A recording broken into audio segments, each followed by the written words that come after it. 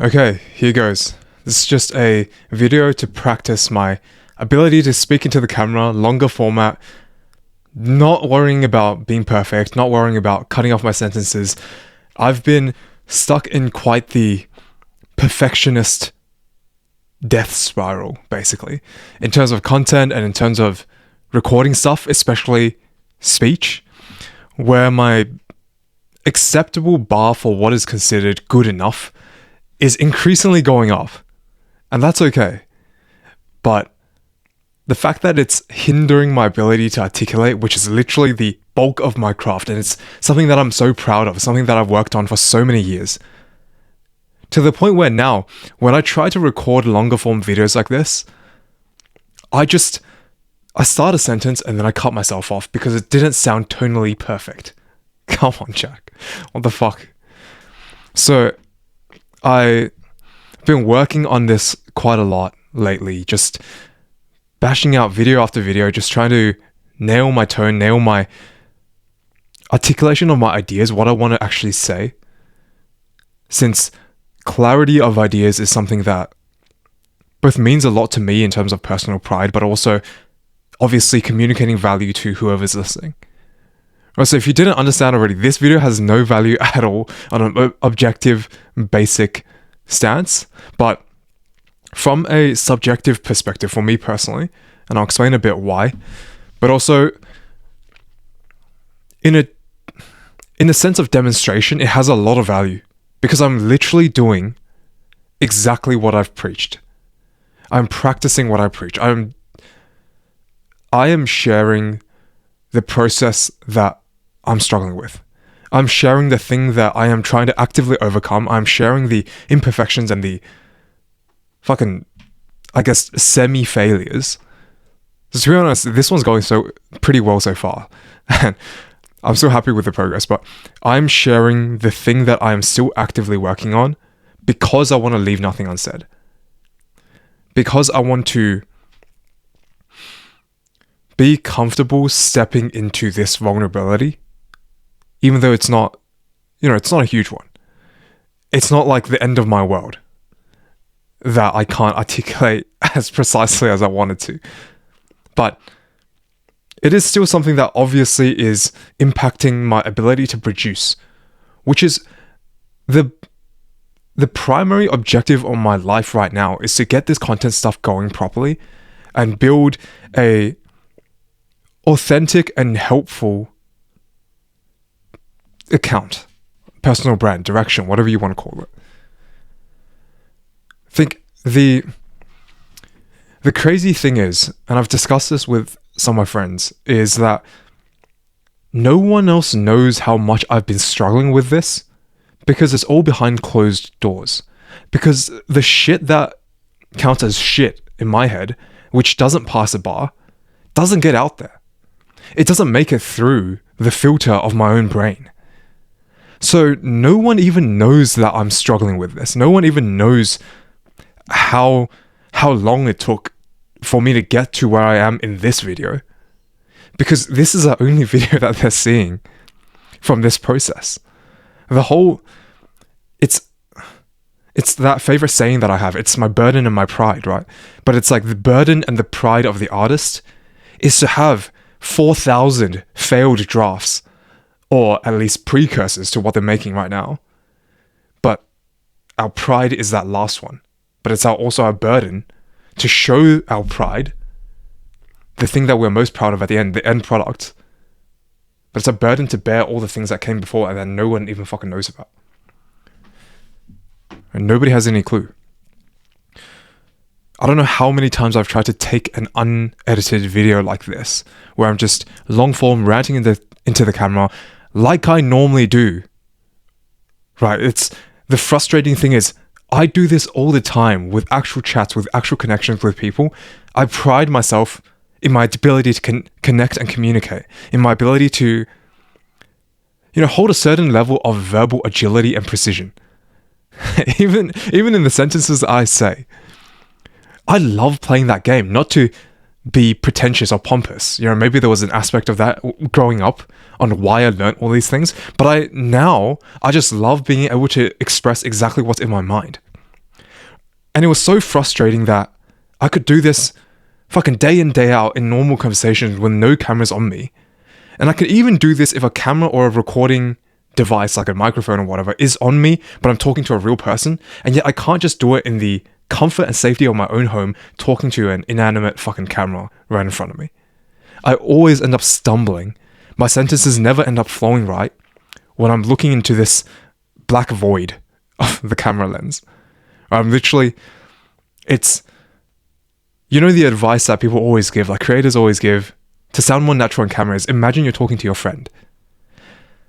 And look, I've really tried, but it's so hard when I'm trying to maintain eye contact, which is why sometimes, I look away when I'm thinking. It is more of like a natural gesture, but it's so hard to imagine this fucking round black sphere in front of me, not sphere, like circle, as a friend. I forgot where I was going with this, but basically the main frustration is that it sucks to have such a big discrepancy. I think there's a different type of difficulty associated with simply not having the skills in the first place. Right? That's a different kind of struggle. Not feeling super fluent and confident in your communications normally, which then translates into when you're trying to record. Like you're equally struggling with both in-person and recorded conversations. And that's one type of pain, and I bet that's, I don't know if that's more or less painful than what I'm about to describe, which is exactly my situation, where you perform so well in actual conversations, and then you are doing so shit in the recorded format, conversation, whatever you want to call this, that the gap pisses you off even more because you know exactly how capable you normally are. If you shit at both, right, where it's essentially a blissful ignorance in a way, not really ignorance, but you get what I mean. There's no illusion as to what you're capable of. You don't come in expecting, when you come to record, because you know how your normal conversations go, you normally struggle a little bit. This is not your point of pride and your major accomplishment and craft in your life. You don't walk in thinking that you're going to fucking give out this 10 out of 10 speech to the camera. Right? You know you're going to struggle anyway, so you might even be more grounded and steadfast in your approach to this. Less high expectations, less unrealistic pressure. Simply execute, struggle, iterate, keep going. It's going to be hard, but you can do it. It's less... The frustration is different than when you come in knowing full well that you are a top communicator, not the best, but say top 10%, top 5% communicator, because this is something you put a disproportionate amount of hours and thought into compared to most other people, right? They've put it into different skill sets. You don't really have that many other skills. This is your skill set. This is your fucking profession. You bring that confidence in, those expectations in. You sit in front of the camera, standing in my case, and then you freeze up. And then you're unable to say a single coherent fucking sentence, let alone passage or paragraph, without cutting yourself off as soon as your tonality doesn't fit what you imagine in your head. As soon as your delivery isn't as smooth as what you model after from all the Instagram reels and all the long form podcasts that you consume and listen to. And even compared to your normal day-to-day self, in your normal conversations, in your recorded podcast with your best friend in your fucking car, how come Jack freezes up and is unable to communicate as soon as he's alone in his room talking to the camera, long form, no edits? Where did my countless thousands of hours of practice go? And I think today, finally, with a lot of work recently, but also a couple of mindset shifts, a couple of conversations that I had, crucial conversations, a lot of reflection, we've gotten to this point where this is finally flowing as I would want it to. Again, not perfect. Again, random tangents. Again, things where I don't think it's valuable, But am I happy with the way that I'm communicating? Am I happy with the fact that I've actually showed up and fucking did this? Hell yes. And I was thinking a bit about, I was doing a few like dry runs before this where I was just getting myself into the flow, into the zone, which I'm clearly in right now, where the words are just flowing. I'm just having a conversation with myself. I love to do this, which is, again, why it was frustrating before.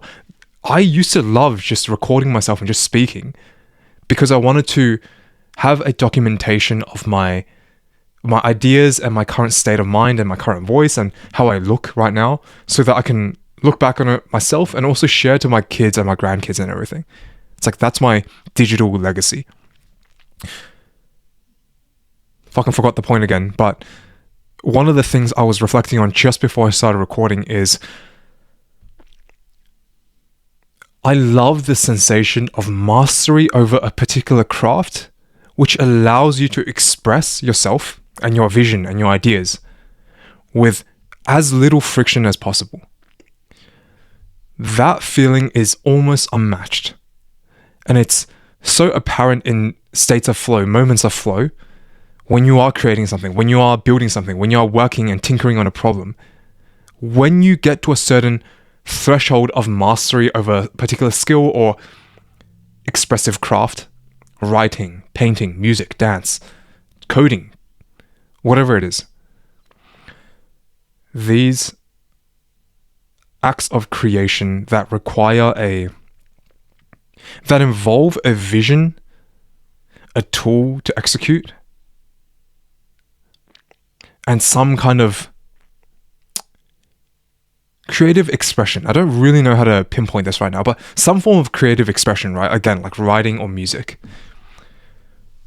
After you get to this certain skill threshold, it's like your mind shuts off from needing to think about the skill and the tool itself, about using and you don't need to think about using the tool itself. And it's almost like you become just a vessel for the ideas. You become just a conduit for your vision. And what I realized was, this is kind of like the definition of power, in the sense that if you think about it, also with some religious imagery as well, it makes the example a bit easier. And God, let's say God is the all-powerful being. Power in that case means having zero gap between thought and reality. Whatever God thinks and wills becomes reality as he thinks. There is no gap between what he wants, what he thinks, and what becomes real. Right, I'm not going to go into religion and all that, but basically you get the analogy. So most of the time we're not so powerful because what we think can't be made real in an instant. Right? Once I want something, there's still a process to make it happen. But the closer we move to eliminating that gap between thought and reality, the more powerful we become in this metaphysical sense. And now returning back to the craft and the expression, the more skilled we get at some kind of creative craft, the more powerful we're getting, because we are reducing that gap.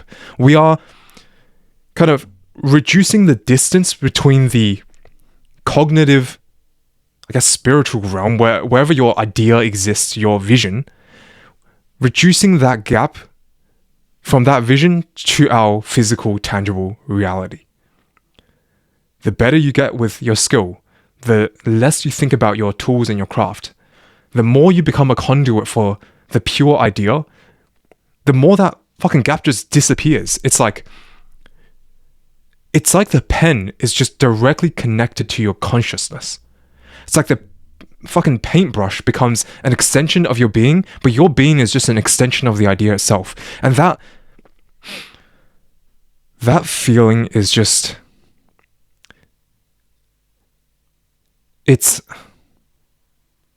I think it's what we chase a lot of the times, but I'm struggling to understand why.